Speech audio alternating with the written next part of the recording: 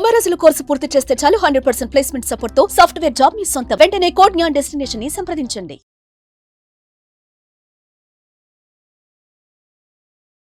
రాంప్రసాద్ గారు, మనిషి ఎక్కువగా భయపడేది అప్పు అని విన్నాను. ఇది కరెక్టేనా? భయం ఉంటే అప్పు ఎందుకు అవుతుంది సార్? భయం లేకనే అప్పు అవుతుంది. సో భయం లేక అప్పు అంటుంది. అయితే చాలామంది ఆ రోజుకి ఆ రోజు వాళ్ళకి ఉన్న అవసరాల కోసము, లేదంటే వాళ్ళు ఉన్న ఆ బలహీన క్షణంలోనూ తెలిసిన వాళ్ళ దగ్గర నుంచో, బంధువుల దగ్గర నుంచో, ఎదురింటి వాళ్ళ దగ్గర నుంచో, పక్కింటి వాళ్ళ దగ్గర నుంచో, లేదంటే బ్యాంకుల నుంచో ఆ రోజుకి ఆ రోజు వాళ్ళ అవసరాలను తీర్చుకోవడానికి అప్పులు చేసేస్తుంటారు. ఆ తర్వాత మళ్ళా ఆ అప్పుల్ని తీర్చడానికి ఇంకో 10 మంది దగ్గర అప్పులు చేస్తుంటారు. అసలు ఈ అప్పుల బాధల నుంచి ఏ విధంగా తప్పించుకోవాలంటారు చెప్పండి ఫస్ట్? సార్, అప్పు అదొక నిప్పు లాంటిది. అప్పు నిప్పు, అది పెరుగుతూ పోద్ది. ప్రాసెస్ చాలా బాగుంది. నిప్పు, అప్పే నిప్పు, నిప్పే ముప్పు, ముప్పు. కాలిపోవడమే.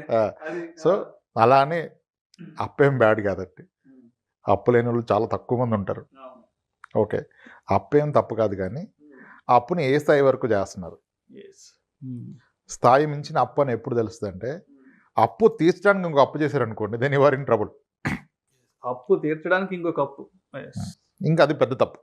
అక్కడ అది దట్ ఈస్ ఇండికేషన్. ఇంకా అది ఇంకో పెద్ద తప్పు. అది తప్పే, కానీ ఇంకా ఆప్షన్ ఉండదు కదా. That is indication.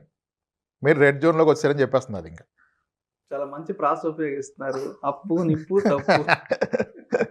అలా కాదులేండి, విషయం అర్థం అవ్వాలంతే. ఇప్పుడు అప్పుల్లో మంచి చెడ్డ అప్పులు ఎన్నోసార్లు మాట్లాడాం, కానీ అప్పులైనా సర్వసహజం సార్. అందరికీ అప్పులు ఉంటాయి. చిన్న అప్పులు చేస్తేనేమో మీరు ఇబ్బంది పడతారు, పెద్ద పెద్ద అప్పులు చేస్తే ఇచ్చినోడు ఇబ్బంది పడతారు. కానీ ఈసారి వీళ్ళు ఎలా తీసుకుంటారని, ఇప్పుడు చిన్న అప్పులకే చాలా కుమిలిపోయి ఆరోగ్యం పాడు చేసుకుంటారు. ఓకే, అంటే ఆదాయం పెరుగుతున్న వరకు అప్పులున్నా మేనేజ్ అవుతాయి సార్. ఈ అప్పులు పెరిగి ఆదాయం తగ్గినప్పుడు, ఆదాయం సరిపడినప్పుడే అసలైన ప్రాబ్లం స్టార్ట్ అవుతుంది. అప్పులు తీర్చడానికి సరిపడా ఆదాయం మన దగ్గర లేనప్పుడు. సో అన్నిటికీ మూలం ఆదాయం సార్. ఆదాయం కనుక పెంచుకోగలిగితే అప్పులు ఇబ్బంది కాదు, కానీ చెప్పినంత సులువు కాదు ఆదాయాన్ని పెంచుకోవడం. అదే సులువు అయితే అప్పు ఎందుకు అవుతుంది? అప్పులు పెంచుకోవడం ఈజీ, కానీ ఆదాయం పెంచుకోవడం కష్టం. ఎస్. సో ఎప్పుడు కూడా ప్రిఫరబుల్లీ అప్పులు మొదటిగా బ్యాంకర్ నుంచే తీసుకోవాలి, బయట నుంచి తీసుకోకూడదు. అంటే శాలరీడ్ పీపుల్కి అది పాసిబుల్, అందరికీ పాసిబుల్ కాదు, సో అందరికీ వర్తించదు. శాలరీడ్ వ్యక్తి అయితే బ్యాంక్ నుంచే తీసుకోవాలి. ఎందుకంటే బ్యాంక్ కూడా చెప్తాడు ఇది నీ ఎలిజిబిలిటీ ఇంతకు మించి అవునని, అది యాక్చువల్ ఎలిజిబిలిటీ. కానీ మనకు తెలివి ఎక్కువ ఉండి ఆడు చెప్పినప్పుడు కూడా ఇంకో బ్యాంక్లో లాగేస్తాం, ఏదో ఒక విధంగా నాన్ బ్యాంకింగ్ ఫైనాన్స్ కంపెనీలోనూ ఏదో ఒక ఇన్స్టిట్యూట్లో లాగేస్తాం. అదే ఇండికేషన్ యాక్చువల్గా. బ్యాంకర్ మీకు ఎంతవరకు హ్యాపీగా చేస్తున్నా అంతవరకు మీ ఎలిజిబిలిటీ, మీరు మేనేజ్ చేయగలరు. దాని బియాండ్ వెళ్ళినప్పుడే ప్రాబ్లం. ఓకే, అవసరాలకు అప్పులు చేస్తున్నారా, అత్యవసరాలకు చేస్తున్నారా, లేకపోతే ఇంకా లగ్జరీస్ గురించి చేస్తున్నారా అనేది విషయం. చేయొచ్చు, కానీ మీకు రీపేయింగ్ కెపాసిటీ ఉండాలి. అది లేనప్పుడు ఏం చేయాలి? లేనప్పుడు ఏం చేయాలంటే ఎక్కువగా మోటివేషనల్ స్పీచ్లు వింటారు. ధైర్యంగా ఉండాలి, అది ఉండాలి, ఇది ఉండాలి, లేదంటే కాదు మసాలా దినుసులు పాకెట్లో పెట్టుకోవాలి, బిర్యానీ మసాలా పెట్టుకోండి, ఇవి కాదు. సో ఒక బాధ్యత గల వ్యక్తిగా నీ అప్పులు ఉంటే అది నీ ఆరోగ్యం మీద ప్రభావం చూపకుండా ఉండాలి. ఫస్ట్ అబ్స్కాండింగ్, అప్పుల నుంచి తప్పించుకోవడం అనేది ఉండకూడదు, వాటిని ఫేస్ చేయాలి. మీకు అప్పిచ్చిన వ్యక్తిని కానీ ఇన్స్టిట్యూట్ని కానీ కన్సల్ట్ అయ్యి సాధ్యమైనంత వరకు ఒక ఒప్పందం ప్రకారం నెమ్మదిగానే తీర్చే ప్రయత్నం చేయాలి. ఖచ్చితంగా తీర్చే ప్రయత్నం చేయాలి. అది తీర్చలేని పరిస్థితి వస్తే ఇక్కడే ఇబ్బంది. అప్పు ఉంటుంది, ఆస్తి ఉంటుంది, కానీ ఆస్తి మీద అమితమైన ప్రేమ ఉంటుంది. ఈ ఆస్తి ఎంత రోజు పెరుగుతుంది అనేది ఎప్పుడు ఆలోచించరు. ఈ అప్పు మాత్రం చాలా ఫాస్ట్గా పెరుగుతుంది, అప్పు ఎక్కువ పెరుగుతుంది. అయినా సరే ఈ ఆస్తిని తీసి అప్పు తీర్చమంటే చాలా కష్టంగా ఉంటుంది జనాలకి. నో నా ప్రెస్టేజ్ పోతుంది అంటాడు, కానీ అప్పులుంటే పోదా ప్రెస్టేజ్? అప్పులుంటే పరపతి పోతాయి సార్. అప్పులుంటే ఇంకా సొసైటీలో పరపతి ఉండదు. ఓకే, సో అయితే దీన్ని ఎలా ట్యాకిల్ చేయాలి? ఫస్ట్ అప్పు తీర్చడానికి అప్పు చేస్తున్నారంటే మీరు పెద్ద ప్రాబ్లం ఉన్నారు. హెల్త్ పాడైపోద్ది. ఫస్ట్ అందరూ అప్పే చూస్తున్నారు, వాడు హెల్త్ ఎవడు చూస్తున్నాడు? ఇది సోలో బ్రెడ్ విన్నర్, ఫ్యామిలీ మొత్తాన్ని పోషించే వ్యక్తి. ఆయన అప్పులైన టెన్షన్లోకి వెళ్ళిపోతే ఆయన హెల్త్గా ఉన్నైతే ఇంకెవడు చూస్తాడు ఫ్యామిలీని? సో అది మీ ఆరోగ్యం దాకా రాకుండా చూసుకోవాలి. ఓకే, ఇది ఎట్లా చెప్పినా అర్థమవుతుంది. కొన్ని అందరు ఇన్కమ్ పెంచుకోండి, వేరే పని చేయండి, సెకండ్స్, ఇవన్నీ అంత ఈజీ చెప్పినంత ఈజీగా అయ్యే కావుగా, ఏదైతే ఎందుకు ఆయన అంత బాధపడతారు వెళ్ళి చేస్తారుగా, అందరు రెడీ సార్. ఇందాక చెప్పినట్టు అప్పులు పెంచుకోవడం ఎక్కువ ఈజీ కానీ దాన్ని తగ్గించుకునే మార్గం చాలా కష్టమైన పని. అయితే ప్రాక్టికల్గా ఒక కేసు చెప్తాను నేను మీకు, విత్ దిస్ అర్థమవుతుంది. ఇప్పుడు మనం ఎన్ని చెప్పినా అవన్నీ చెప్పడం సులువు, ఆశించడం కష్టం కాబట్టి, కష్టంగా ఉన్నా ఆశించాల్సిన ఒక దాని గురించి ఒక జరిగిన విషయం చెప్తాను. కొద్ది నెలల క్రితం ఒక ఆమె అప్రోచ్ అయ్యారు. ఆమె అప్పుల్లో ఉన్నారు. అప్పులు ఎందుకైనాయి అంటే, అప్పులు ఆమె తినడానికి చేయలేదు పాపం. ఆమె ఒక చిట్టి ఆర్గనైజర్, చిట్టీలు నడిపిస్తారు ఒక మండల్ హెడ్ క్వార్టర్లో. ఓకే, ఏమైంది, కోవిడ్ టైంలో ప్రాబ్లం అయిపోయింది. చిట్టీలు వేయలేక నార్మల్గా మనం ఎప్పుడు చిట్టి వేసిన వాళ్ళు మోసం చేస్తారు అనుకుంటాం కదా, లేదు రివర్స్ కూడా జరుగుతుంది కొన్నిసార్లు. చిట్టి వేసిన వాళ్ళు మోసపోతారు. ఎలా మోసపోతారంటే, చిట్టి వేసిన వాళ్ళు కనుక మనం మోసం చేస్తే మనం 100 మందికి చెప్పుకోవచ్చు వాడు మోసం చేశాడని. కానీ చిట్టి తీసుకున్న వాళ్ళు మోసం చేస్తే చిట్టి వేసినట్టు చెప్పడు, చెప్తే వాడి మీద నమ్మకం పోద్ది, మిగిలిన వాళ్ళు కూడా ప్రెజర్ పెడతారు, నాకు ఇచ్చే డబ్బులని. ఆర్గనైజర్ మీద ప్రెజర్ పెడతారు. 2-3 డిఫాల్ట్ చేశారు, ఏం కష్టాల్లో ఉందంటే భయం కదా రేపు ఏమైద్దో అని లాగేస్తారు. అందుకని తెలవకుండా మేనేజ్ చేసింది ఆమె. మల్టిపుల్ చిట్స్ నడుపుతూ చాలామంది డిఫాల్ట్ అయ్యారు, కొంతమంది డెత్లు అయిపోయినాయి. పాపం ఆమె బ్యాడ్ లక్ అయినా డెత్ అయిన వాళ్ళు 2-3 చిట్లు వాడుకున్న వాళ్ళు ఉన్నారు. అట్లా ఇబ్బంది అయిపోతే చివరి దాకా లాగింది. ఇంకా లాస్ట్లో అవ్వక ఒక 22 లక్షల రూపాయల వరకు అప్పు చేసింది. అక్షరాల 22 లక్షల రూపాయలు ఆమె అప్పు తేవాల్సి వచ్చింది. అది కూడా భారీ వడ్డీతో. బయట అంటే ఎట్లా ఉంటుంది, ఎంప్లాయ్ కంటే వస్తుంది కానీ రాదు కదా. సో ₹2, ₹2.50, ₹3 వరకు కూడా వెళ్ళింది. ఓకే, ఇప్పుడు 22 లక్షలు అక్షరాల ఆమెకు అప్పు ఉంది. ఆదాయ మార్గాలు ఏమున్నాయంటే, ఈమె చిట్టి మొత్తం ఆపేసింది, ఇంకా చిట్టీలు వేయటం ఆపేసింది, ఇంకా సర్క్యులేషన్ చేయలేదు. అందుకని వాళ్ళ హస్బెండ్ ఒక మొబైల్ రిపేర్ సెంటర్ నడిపిస్తారు. ఆయనకు వచ్చే ఆదాయం నెలకి 28 నుంచి 30,000 లోపే, 30,000 దాటదు. కానీ ఏమో కట్టాల్సిన వడ్డీ ఎంత, 22 లక్షల రూపాయల మీద ₹2-2.5 నెలకి వడ్డీ అంటే చాలా మొత్తం, ఆల్మోస్ట్ 50,000 వడ్డీ కట్టాలి. కుటుంబ సంపాదన 30,000.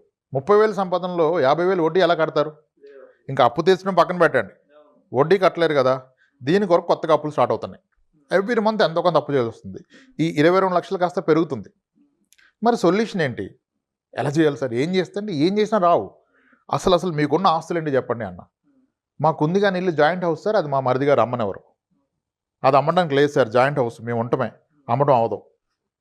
మరి అసలు ఏమున్నాయి మీకు? కొంత బంగారం ఉంది, కానీ నా కూతుళ్ళు కదా సార్, నేను బంగారం ఎట్లా అమ్ముతా, నేను అమ్మని చెప్పలా, బంగారం ఉంది కానీ నా కూతుళ్ళు ఉన్నారు కదా సార్, నాకు బంగారం కావాలి. ఇంకేముందంటే ఒక ప్లాట్ ఉంది టౌన్లోనే, పెద్ద ప్లాటే. ఆ 2 పూర్తి మీ బంగారాన్ని అమ్మేసి మీ ప్లాట్ అమ్మేస్తే ఎంత వస్తుంది అన్న. అయ్యో వస్తుంది కానీ అదెలా సార్ అంటే, లేదు ఒక్క నిమిషం ఆలోచించండి. మీ పూర్తి బంగారాన్ని అమ్మేసి మీకున్న ఒక్కగానొక్క ప్లాట్ అమ్మేసి మీ మొత్తం అప్పు తీరుతుందా? ఇంచుమించుగా తీరుతుంది. మొత్తం తీరదు, బట్ ఇంచుమించుగా తీరుతుంది. ఇంకా మిగిలిపోద్ది 4-5 లక్షలు, కానీ తీరుతుంది. మీరు అది తప్ప ఇంకేం చేయలేరు. That is the only solution అన్న. మనసు ఒప్పుకోదుగా సార్. 2 అమ్మాయిలు పెట్టుకుని ఉన్న బంగారం అలా అమ్ముతాను సార్. అమ్మ అది అమ్మకపోతే ఇంకా నువ్వు రోజుకి అప్పుల్లోకి వెళ్ళిపోతున్నావు. మీరు అండర్స్టాండ్, మీ హస్బెండ్ ఎంత తీసుకుని అర్థం చేసుకుంటారా? మీరే ప్రజల్లో ఉన్నారనుకున్నారు, ఆయన కూడా ఉంటారు కదా ప్రజల్లో. 30,000 సంపాదన ఉన్న వ్యక్తి 50,000 వడ్డీ కడితే ఎప్పుడు బయటకు వస్తావు? సంపాదన పెరగడం అనేది అంత సులువైన మార్గం కాదు. నువ్వు టెన్షన్ ఫ్రీగా ఉండి అప్పు లేకుండా ఉంటే సంపాదన పెరుగుద్దేమో, అప్పులో ఉన్న వాళ్ళకి సంపాదన పెరగదు. ఫస్ట్ ఆఫ్ ఆల్ నువ్వు ప్రజల్లో ఉంటావు కదా, పూర్తిగా మనసు దేని మీద పెట్టలేరు కదా, పెరగదు. ఫస్ట్ ఏంటంటే అప్పు ఉంటే మీరు నెగిటివ్లో ఉన్నట్టు, వీలు పడితే ముందు జీరోకి వచ్చేయండి. అప్పు ఉన్నోళ్ళు ఆస్తులు ఉంచుకోవడం అర్హులు కాదు సార్. సొసైటీలో ప్రెస్టేజ్, నాకు ఇది ఉండాలి, అప్పులు ఉంటే వడ్డీ కడతాను అయినా నా ఆస్తి కావాలి అంటే తప్పండి అది. మీరు అవసరమైతే మొత్తం అమ్మి జీరో చేయండి. You start your journey from zero. వాళ్ళ నెలవారీ ఖర్చులు 18,000, 30,000 ఆ షాప్ ఆయన నడుపుతున్నారు కదా, హ్యాపీగా బ్రతకొచ్చు జీరోలో ఉన్నా. నెమ్మదిగా ప్లాన్ చేసుకోండి, మళ్ళీ కూడబెట్టుకోండి, కొనుక్కోండి. కానీ మీరు ఈ రోజు కాకపోయినా ఒకరోజు యువర్ ఫోర్స్ టు సెల్, ఈ 2 అమ్మాల్సి వస్తుంది. కానీ అప్పుడు అప్పు మొత్తం తీరదు మీది. ఎందుకంటే మీరు కొత్తగా అప్పు చేస్తున్నారే ఎవ్రీ మంత్. 1 ఇయర్ పోతే మీ అప్పు 22 లక్షలు ఆల్రెడీ 24-25కి వచ్చింది కొత్త అప్పుల వలన. ఇంకో 1 ఇయర్ పోతే 30 లక్షలు ఉంటుంది. 30 లక్షల మీద వడ్డీ 70,000 అవుద్ది. మీ సంపాదన 30,000 ఉంటుంది. 30,000 సంపాదనతో 70,000 వడ్డీ ఎలా కడతారు మీరు? కట్టలేరు. Not possible at all. దేవుడు ఏమన్నా చేయాలి, ఇవన్నీ అయ్యే మాటలు కాదు. ఇంకేమన్నా కష్టపడతాను నేను, శారీ బిజినెస్ చేస్తా అంటారు ఆమె. చేస్తే అవుద్దా సార్ అంటే దానికి డబ్బులు ఎక్కడి, మళ్ళీ అప్పే. ముందు అది వర్కౌట్ అవుతుందని ఎవరు చెప్పారు మీకు? అదే సార్ చూస్తున్న వీడియోలు అవుతుంది అనుకుంటే అవతల చెప్పినంత సులువుగా అవ్వ పనులు. సులువుగా అయ్యే పని ఒకటే, నీ చేతిలో ఉన్న ఆస్తి అమ్ముకొని అప్పు తీర్చి జీరోలో జర్నీ స్టార్ట్ చేయండి. ఎవరైనా అప్పులకు ఒకటే సొల్యూషన్. లేదా అప్పులున్న అప్పులన్నీ, అంటే సింపుల్గా చెప్పేది, అంటే ఫైనాన్షియల్గా చెప్పాలంటే అప్పులను లిస్ట్ అవుట్ చేసుకోండి. ఎక్కువ వడ్డీ ఉన్నాయి ముందు చేసేయండి. అసలు డబ్బులు ఎక్కడ ఎక్కువ ఉన్నా తక్కువ ఉన్నా తీర్చడానికి లేనప్పుడు ఇది. లేదంటే డెట్ రీకన్సల్టేషన్ చేసుకోవాలి. అంటే ఇప్పుడు ఒక వ్యక్తి నిజంగా ప్రైవేట్ సెక్టర్లో పనిచేస్తూ, ఓకే, బయట లోన్స్ ఉన్నాయి, హోమ్ లోన్ ఉంది, పర్సనల్ లోన్స్ ఉన్నాయి, ఇలా ఉన్నప్పుడు ఆయనకు ఒక వెసులుబాటు ఏంటంటే, బయట లోన్స్ కనపడవు కనుక అవకాశం ఉంటే మీ హోమ్ లోన్ మీద టాపప్ తీసుకోండి. ఆ టాపప్తో పర్సనల్ లోన్కి వచ్చేయండి. అంటే మీ మంత్లీ బడ్డెని తగ్గించుకోండి, అప్పేం తగ్గదు. ఇప్పుడు ఆల్రెడీ హోమ్ లోన్ నడుస్తుంది, ఒక 40 లక్షలు లోన్ తీసుకున్నారు, ఒక 35,000 ఈఎంఐ కడుతున్నారు. ఈయనకి ఇది కాకుండా బయట ఒక 15 లక్షలు అప్పు ఉంది, అది ₹2 వడ్డీకి ఉంది. ఊర్లో ఎవరికి ఇప్పించాడు, షూరిటీ ఇచ్చి మిస్ఫైర్ అయింది కదా, అది ఈయనప్పే. మీరు షూరిటీ ఇచ్చి వాడు కట్టకపోతే మీ అప్పే. అలా ఉన్న అప్పులో ఉంటారన్నమాట. ఆ 15 లక్షలు నేను ఎందుకు కడతాను సార్, వాడిది కదా సార్, నేను వడ్డీ కడుతున్నా, వాడు ఇచ్చినప్పుడు అంటే వాడు ఎవడు ఇంకా. అప్పుడు ఏం చేయాలి, నువ్వు 15 లక్షలు ఇప్పించి 30,000 వడ్డీ కడుతున్నావు కదా, కట్టకు. ఈ హోమ్ లోన్ మీద 15 లక్షలు 20 లక్షలు టాపప్ లోన్ తీసుకో. ఎందుకు, హోమ్ లోన్ అనేది నీకు 15 years ఇస్తారు. 9% టాపప్ లోన్, ఎడిషన్ లోన్. 9% వడ్డీ వేసుకున్న లక్షకి ₹1000 పడుతుంది నెలకి. ఓకే. సో 15 లక్షలు తీసుకుంటే 15,000 వస్తుంది. సో మీ బడ్డెన్ తగ్గుతుందిగా. అక్కడ 30,000 వడ్డీ కట్టే బదులు ఇక్కడ 15,000 అసలు ప్లస్ వడ్డీ కడతారు. అదొక పాయింట్, మీకు బడ్డెన్ తగ్గిపోతుంది. నెమ్మదిగా తీసుకుంటారు, ఈలోపు ఇన్కమ్ పెరుగుతుంది కదా. కానీ నేను ఇది లాంగ్ టర్మ్ పెట్టుకోను సార్ అంటారు అందరూ. అసలు సైకలాజికల్ లాంగ్ టర్మ్ పెట్టుకొని అంటే ప్రాబ్లం. లాంగ్ టర్మ్ ఉన్న ఈఎంఐ తక్కువ ఉంటే ప్రాబ్లం లేదు కదా. షార్ట్ టర్మ్ అంటే ఈఎంఐ ఎక్కువ, బడ్డెన్ ఎక్కువ ఉంటే ప్రాబ్లం. లాంగ్ టర్మ్లో ఇన్కమ్ పెరుగుతుంది, ఆదాయ మార్గాలు చూసుకోవచ్చు. సో అప్పులు ఎక్కువగా ఉన్నప్పుడు లిస్ట్ అవుట్ చేసుకొని ఎక్కువ వడ్డీ ముందు తీర్చాలి. చాలామంది తక్కువ అప్పు ఉన్నాయి ముందు, అంటే బ్యాలెన్స్ తక్కువ పెండింగ్ ఉన్న తీద్దాం. అలా కాదు, తక్కువ ఎక్కువ అనేది వడ్డీ చూడాలి. 3 లక్షల అప్పు ఉంది, ఇది 6 ఉంది కదా, 6 లక్షలు కష్టం, 2 లక్షలు ముందు తీర్చాను కాదు. వడ్డీ ఎక్కువ ఉన్నదాన్ని ముందు తీర్చండి. మీకు అవకాశం ఉంటే తక్కువ వడ్డీలో అప్పు తెచ్చి ఎక్కువ వడ్డీని తీర్చండి. తక్కువ వడ్డీకి అప్పు తీసుకుంటే తప్పలేదు. బట్ ఓవరాల్గా ఎప్పుడు కూడా మీ అప్పులు కట్టగా మీ దగ్గర కాస్త మనీ ఉండే విధంగా చూసుకోండి. ఇంకొక పెద్ద తప్పు, అప్పులు ఉండి కూడా నేను ఇన్వెస్ట్మెంట్స్ అంటే అది బుద్ధి తక్కువ పని. అప్పులు ఉన్నవాడు ఇన్వెస్ట్మెంట్స్కి అర్హుడు కాదు. అప్పులు ఉంటే ముందుగా చూసుకోవాల్సింది ఒక హెల్త్ ఇన్సూరెన్స్, టర్మ్ ఇన్సూరెన్స్, రెండే. అవే, ఇంకేమీ లేవు. హెల్త్ ఇన్సూరెన్స్ ఉందా, టర్మ్ ఇన్సూరెన్స్, ఇంకెటువంటి ఇన్వెస్ట్మెంట్ చేయకు. అన్నీ ఆపేసి ఉన్నది తీసి అప్పులు తీర్చుకో. ఎందుకంటే మనం పెడుతున్న ఇన్వెస్ట్మెంట్లన్నీ వచ్చే రిటర్న్స్ ఏమో 5%, 6%, మా అంటే 10%. ఈవెన్ మ్యూచువల్ ఫండ్ అయినా 10-12. ఆ 12% గురించి ఏమో అక్కడ కష్టపడి కడుతూ ఇక్కడ 20%కి 30%కి అప్పులు తెచ్చుకుంటే ఎలా? అప్పులు ఉన్న వ్యక్తి ఎటువంటి ఇన్వెస్ట్మెంట్కి అర్హుడు కాదు. అన్నిటికంటే తప్పు ఏంటంటే అప్పు చేసి ఇన్వెస్ట్మెంట్ చేయడం. ఎప్పుడూ అప్పు చేసి ఇన్వెస్ట్మెంట్ చేయొద్దు. అప్పు ఉంటే ఇన్వెస్ట్మెంట్ లాభ ముందు అప్పు తెచ్చండి, తర్వాత ఇన్వెస్ట్మెంట్ చేయండి. మనం ఇంతకుముందు చెప్పిన దాంట్లో అంటే కొన్ని మంచి అప్పులు, హోమ్ లోన్ ఉంది, దాన్ని తీర్చొద్దని చెప్పాంగా. తక్కువ ఇంట్రెస్ట్, తక్కువ బడ్డెన్, దాన్ని ఉంచుకోండి. కానీ ఎక్కువ ఇంట్రెస్ట్ వచ్చిన అప్పులు మాత్రం అవసరమైతే ఆస్తులు అమ్మి తీర్చండి, ఇన్వెస్ట్మెంట్లు ఆపి మరీ తీర్చండి. కానీ ఇన్వెస్ట్మెంట్ అప్పే అంటారు. ఇప్పుడు క్రెడిట్ కార్డు మీద ఏమో పెండింగ్ కడతాడు సార్ 30%, బట్ 6% వచ్చే ఇన్సూరెన్స్ పాలసీలు మాత్రం డిసిప్లిన్ కడతాడు. క్రెడిట్ కార్డు స్వైప్ చేసి దానికి వడ్డీ కడతాడు 30%. అసలు అర్థం లేదు కదా. 6% వడ్డీ వచ్చేదాన్ని కట్టడం కొరకు ఇంట్లో తిడతారు కదా పాలసీ కట్టలేకపోతే. అందుకని నేను క్రెడిట్ కార్డు స్వైప్ చేసి 30% వడ్డీకి తీసుకొచ్చి 6% కడతాడు. అది రాంగ్. సో అప్పులు తీర్చాకే జర్నీ స్టార్ట్ చేయాలి. Try to come to zero first. అప్పులు ఉంటే ఆస్తులు అమ్ముకొని జీరోకి రండి, జీరో నుంచి జర్నీ స్టార్ట్ చేయండి. ఇక్కడ నుంచి అప్పులు లేకుండా జాగ్రత్త తీసుకోండి. అంతేగాని ఉన్న అప్పులు తీర్చడానికి ఇంకా మరికొన్ని అప్పులు చేస్తూ పోతే ఇంకా చివరికి మిగిలేదు. తీర్చడానికి ఇంకొక అప్పు అంటే మంటలో పెట్రోల్ పోసినట్టే, మీరు మంటలో పెట్రోల్ పోసుకున్నట్టే ఇంకా. Thank you so much Ramprasad గారు.